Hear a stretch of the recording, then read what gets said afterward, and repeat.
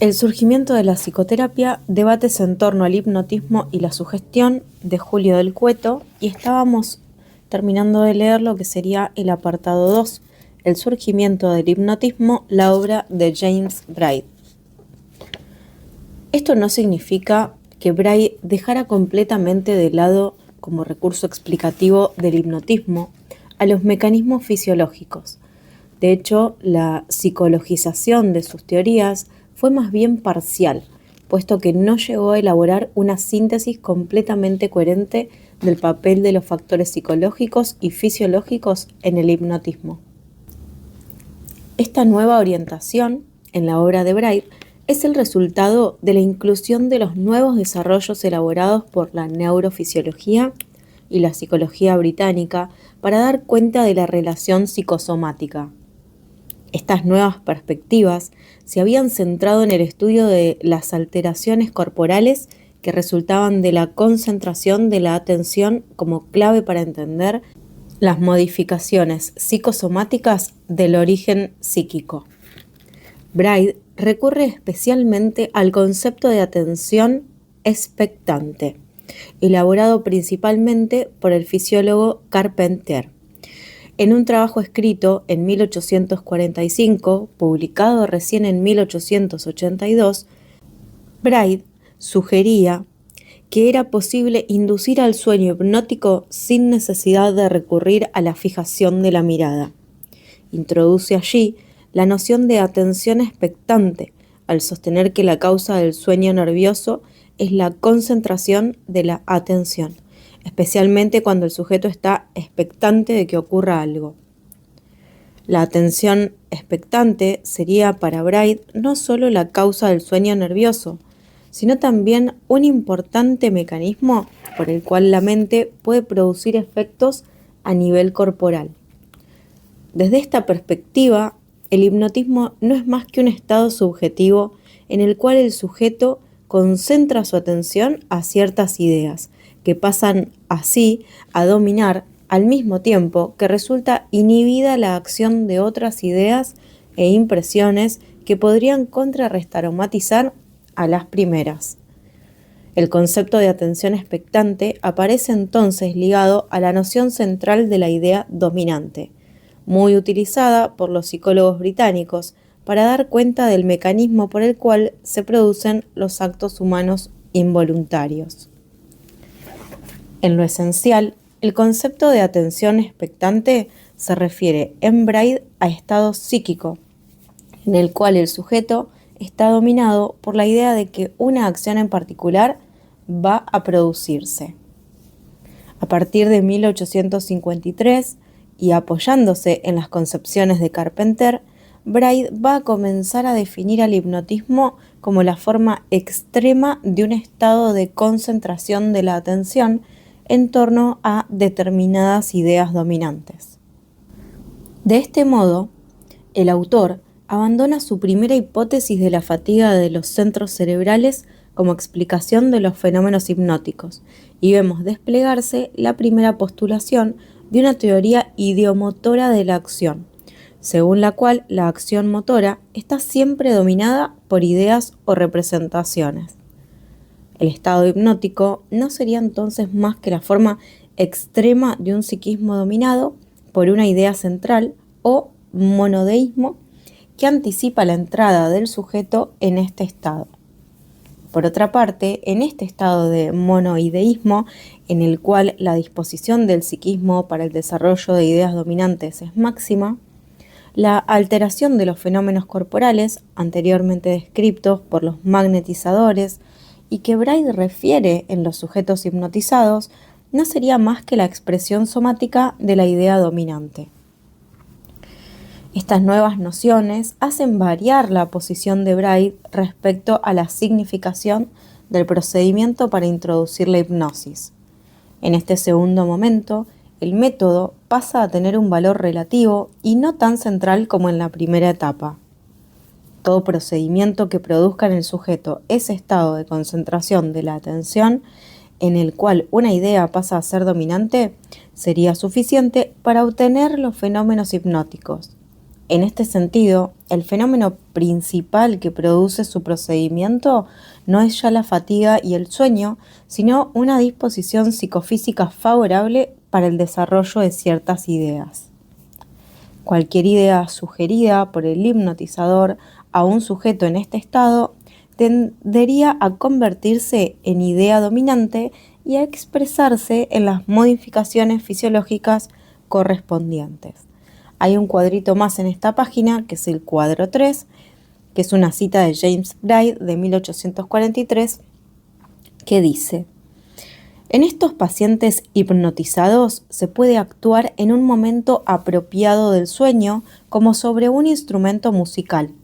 Su juicio y su voluntad se encuentran oscurecidos, de tal manera sometidos de tal forma a un momentáneo encantamiento y excitada a tal punto su imaginación, que ven, sienten y actúan como si todas las impresiones que bullen en su mente fueran realidad. Es por esta vía que Braid aborda la explicación de los efectos terapéuticos que permite el uso del hipnotismo. El objetivo terapéutico se realiza al incitar ideas en el psiquismo del hipnotizado, utilizando para ello diversos procedimientos, como por ejemplo mover un miembro paralizado para despertar la idea de que el mismo puede moverse. Entre todos los métodos mencionados por Braid, el de mayor significación para la historia de los orígenes de la psicoterapia moderna es la utilización de la sugestión verbal para inducir ideas en el sujeto hipnotizado. Para Braid se trataba de un método secundario, poco usado y siempre complementario de otros métodos físicos. El desarrollo de la sugestión verbal y su consideración como procedimiento fundamental recién sería llevado a cabo por la Escuela de Nancy. Apartado 3. Los aportes de la neurofisiología inglesa. Psicogénesis y psicoterapéutica en Carpenter y Tuck. Como vimos en el apartado anterior, en la obra de Braid sobre la hipnosis confluyeron las propuestas de la psicología asociacionista y la fisiología del sistema nervioso británicas.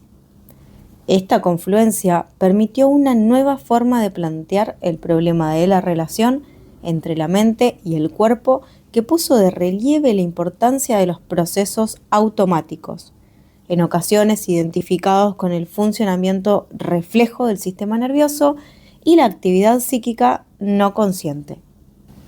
Este interés por el automatismo se constituyó en una puerta de entrada de los fenómenos hipnóticos. En el conjunto de escritos que abordan la cuestión de la relación entre la mente y el cuerpo, publicados a mediados del siglo XIX en Gran Bretaña, es posible distinguir esquemáticamente dos grandes posturas. Por un lado, una perspectiva que supone a las funciones psíquicas como epifenómenos del funcionamiento orgánico, despojándolas de todo poder causal, donde esta perspectiva era difícil aceptar la posibilidad de que la mente pudiera tener alguna influencia sobre el cuerpo. Por otro lado, una orientación dualista, que pensaba a la mente y el cuerpo como dos sistemas de funciones fundamentalmente distintos. Fue esta última perspectiva a la que adhirieron personalidades como Bain, Carpenter, Tuck, la que abordó el estudio del hipnotismo y las acciones automáticas, inconscientes y reflejas. Desde este último enfoque, los procesos automáticos fueron concebidos como una especie de puente entre lo somático y la conciencia. Tradicionalmente, los psicólogos británicos habían rechazado la existencia de la actividad psíquica inconsciente, ya que identificaban mente como conciencia. No obstante, los fisiólogos que intentaban establecer el correlato psicológico del automatismo mental recurrieron a la obra de William Hamilton, uno de los pocos psicólogos británicos que defendió la existencia de procesos psíquicos inconscientes. Es posible distinguir en Gran Bretaña dos grandes momentos de la elaboración de una noción de inconsciente por parte de los médicos y los fisiólogos. La primera etapa consistió en extender la concepción del funcionamiento reflejo al cerebro, fundamentalmente gracias a las investigaciones llevadas a cabo por Thomas Laycock y publicadas a partir de 1838. El segundo momento consistió en definir a la función refleja cerebral como inconsciente, relacionándola con las formulaciones de los psicólogos británicos. La figura relevante en esta etapa es Carpenter, quien se basó en la obra de Hamilton para llevar a cabo esa articulación. En el campo de la fisiología y de la psiquiatría británica, Carpenter y Tuck fueron los primeros en recurrir a los trabajos de Braid sobre el hipnotismo, en un ambiente médico indiferente o francamente adverso a los fenómenos del hipnotismo. Estos dos autores abordaron el problema del automatismo reflejo e inconsciente para dar cuenta de las complejas relaciones entre la mente y el cuerpo. Carpenter se ocupó principalmente de formular las teorías científicas básicas acerca de estos temas, mientras que Tuck procuró aplicarlas a la resolución de los problemas de la psicogénesis y la psicoterapia. En su libro Principios de Fisiología Mental, publicado en 1878, Carpenter se ocupa de desarrollar una fundamentación sistemática de problemas que define como limítrofes entre la fisiología y la psicología, otorgándole en esa fundamentación un papel central a los procesos automáticos. Desde una perspectiva que retoma la distinción entre funciones voluntarias y movimientos automáticos, Carpenter realiza una crítica a aquellas perspectivas que no le prestaban la debida atención al papel de la conciencia, que solo consideraban de interés científico a las funciones físicas y rechazaban la idea de que los estados mentales que llamamos voliciones y emociones tienen una relación causal con los cambios somáticos. Para brindar una explicación de los actos involuntarios, recurre a la noción de acción ideomotora, de la psicología asociacionista. Desde esta perspectiva, los movimientos humanos involuntarios se encuentran determinados por una idea dominante, sin que se verifique el concurso de la conciencia. La clave explicativa de este tipo de movimientos está dada por la noción de atención expectante, una forma de idea dominante en la cual la mente del sujeto, al estar gobernada por el convencimiento de que una acción determinada va a producirse, se dirige hacia su realización. Si desde una perspectiva psicológica los movimientos involuntarios son vistos como el resultado y la expresión de estados ideativos, la acción de la mente sobre el cuerpo, desde una perspectiva fisiológica, constituyen acciones reflejas del cerebro a lo que Carpenter denominó cerebración inconsciente. Esta noción implica la articulación de la noción de función refleja del cerebro, desarrollada por Laycock, y la de actividad psíquica inconsciente, defendida por algunos psicólogos británicos como Hamilton. Para Carpenter, el concepto de cerebración inconsciente puede ser utilizado para explicar diversos tipos de acciones involuntarias e inconscientes, tanto normales como patológicas, así como para esclarecer las manifestaciones del hipnotismo. Para este último punto, recurre a la obra de Braid y analiza al hipnotismo a partir de la teoría de la acción ideomotora, al mismo tiempo que se plantea la cuestión de su utilización terapéutica.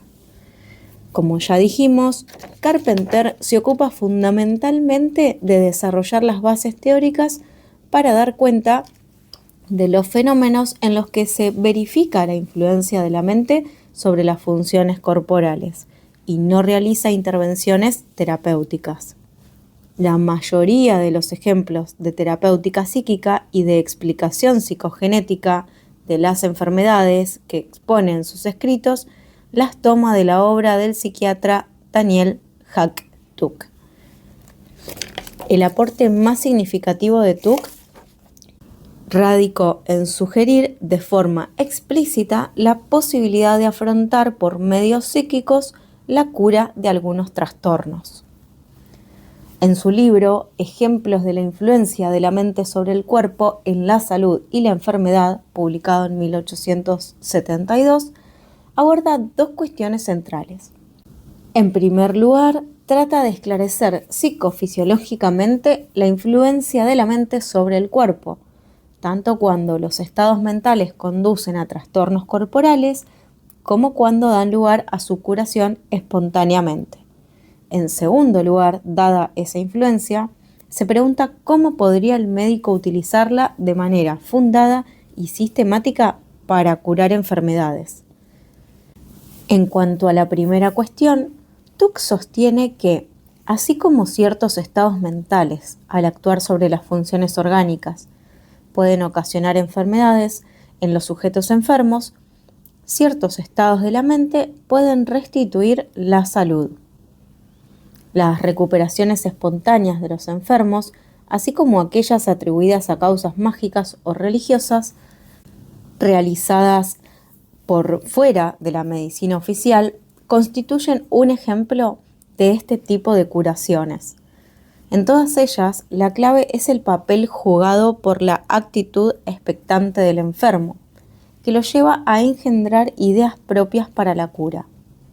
En lo que respecta a la segunda cuestión que se plantea Tuck, es decir, cómo utilizar esta influencia en el tratamiento de las enfermedades, cómo sistematizar una técnica que permitiera aprovechar el conocimiento de la relación psicofísica y de su mecanismo, el autor propone varios métodos para hacer efectiva esa influencia. En primer lugar, sugiere que si el médico es capaz de despertar en el paciente la expectativa de la curación, por ejemplo, recetándole al enfermo sustancias inocuas, al mismo tiempo que se le asegura que se trata de una nueva medicina, comprobada eficiencia de enfermedades con las que padece, los mecanismos neurofisiológicos automáticos que esa expectativa pone en marcha llevarán por sí solos a la curación, especialmente si se trata de enfermedades nerviosas o funcionales. En segundo lugar, recurre a la noción de atención expectante de Carpentier para plantear que el médico puede dirigir sistemáticamente la atención del paciente hacia aquellas partes del cuerpo que requieren de una cura, sea induciendo ideas del enfermo a partir de la manipulación de las partes afectadas o directamente utilizando órdenes variables. Finalmente, el hipnotismo era para Tuck el mejor procedimiento para realizar la psicoterapéutica, definida como el manejo sistemático de la influencia del psiquismo sobre el cuerpo, ya que conseguía colocar al organismo en una situación de receptividad tal que lograba aumentar significativamente el efecto de esa influencia. A partir de lo antedicho, Tuck cree necesario distinguir entre la psicofisiología, cuyo objeto sería el estudio del influjo de la mente sobre las funciones corporales en estado de salud, la psicopatología, que se aboca al estudio de los fenómenos patológicos que resultan de dicho influjo, y la psicoterapéutica, encaminada al estudio de la acción curativa de los estados mentales. El escenario central de la historia de la psicoterapia se produce en Francia en la década de 1880, con la célebre polémica entre la escuela de Salpêtrière y la escuela de Nancy. Pero la preparación de ese escenario se produjo con la recepción en Francia de la psicofisiología británica. Y acá hay otro cuadrito, que es el cuadro 4, que es una cita de Daniel Tuck, de 1872. Admitiendo que los sabios franceses designados en 1784 para examinar el magnetismo animal estuvieran en lo cierto cuando atribuían los fenómenos a la imaginación y a la imitación, nosotros debemos convenir que estos fenómenos constituyen la base de una ciencia nueva, la ciencia de la acción de lo mental sobre lo físico. Y debemos decir que el poder del hombre sobre la imaginación puede constituir un arte y practicarse de una manera metódica. Vamos con el apartado 4, los antecedentes de la escuela de Nancy, Ambroise Liebeault. La polémica que la escuela de Nancy sostuvo con los autores de la escuela de Salpêtrière, alineados con las doctrinas de Charcot, constituye un hito fundamental en la historia de la psicoterapia moderna y un punto de partida para muchos de los desarrollos que se llevan a cabo en el siglo XX. La figura principal de Nancy es sin duda Hippolyte Marie Bergheim, sobre todo por la visibilidad que tuvo en la mencionada polémica. Sin embargo, una parte significativa de su concepción de la hipnosis y la sugestión fue formulada inicialmente por Ambroise Liebeault, 1823-1904, con anterioridad a la disputa con la escuela de Salpêtrière y a su propia adscripción a la escuela liderada por Bergheim. En este apartado nos ocuparemos específicamente de la obra de Liebeault y dejaremos el tratamiento de las ideas de Bergheim para más adelante, cuando desarrollemos el debate entre las dos escuelas mencionadas. Los trabajos de Liebeault abordan dos cuestiones estrechamente relacionadas. Por un lado, sus investigaciones se ocupan de esclarecer los fenómenos del hipnotismo y el sonambulismo, especialmente de lo que denominó sueño provocado. En segundo lugar, a partir de los resultados obtenidos en sus investigaciones sobre el hipnotismo, proponen el tratamiento psíquico basado en la sugestión verbal.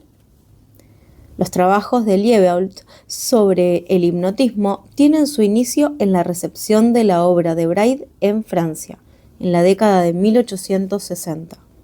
Aun cuando el interés por el magnetismo animal lo acompañaba desde su época de estudiante, ese inicio no estuvo exento de problemas. La perspectiva fluidista que predominaba entre los adeptos al magnetismo hacía de este una doctrina especulativa, inverificable y acientífica.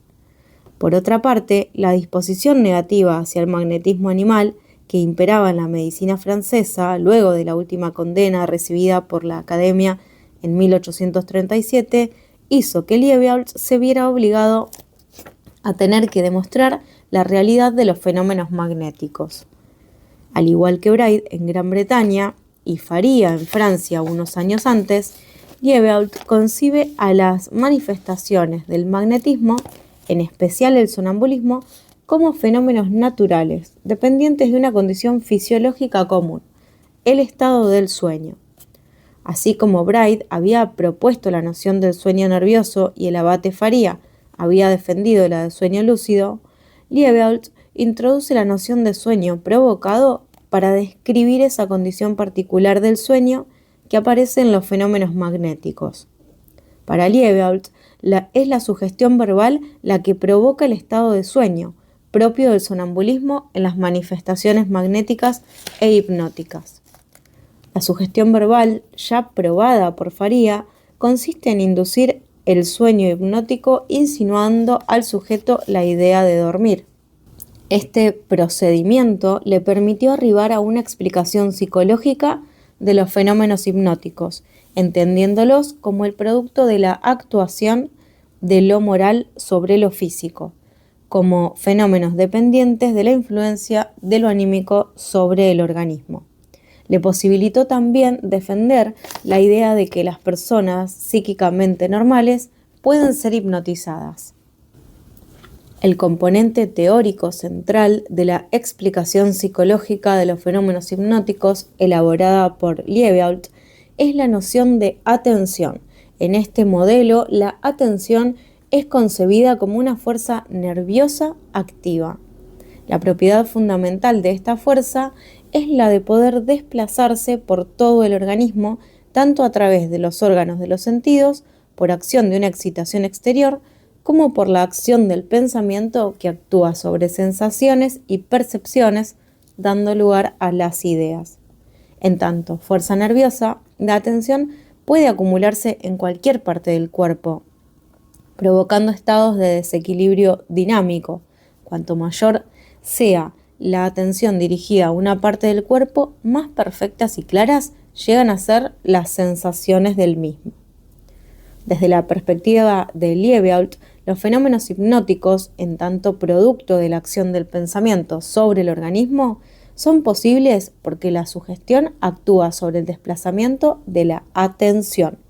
Lo esencial del hipnotismo es que coloca al sujeto en un estado de sueño en que la atención puede ser desplazada y concentrada en una parte del cuerpo por medio de la acción sugestiva.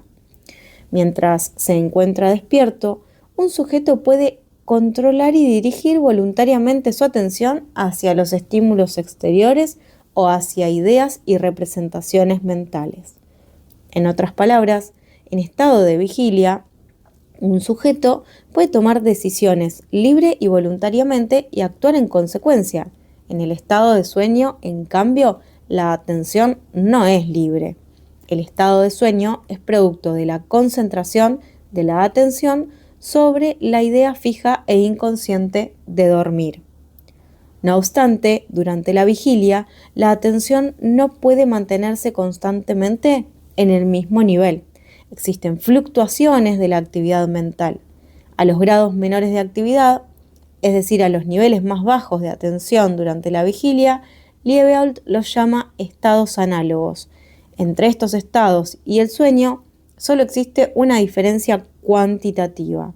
La disminución de la actividad psíquica que se produce en estos estados especiales de vigilia coloca al sujeto en una situación óptima para recibir sugestiones.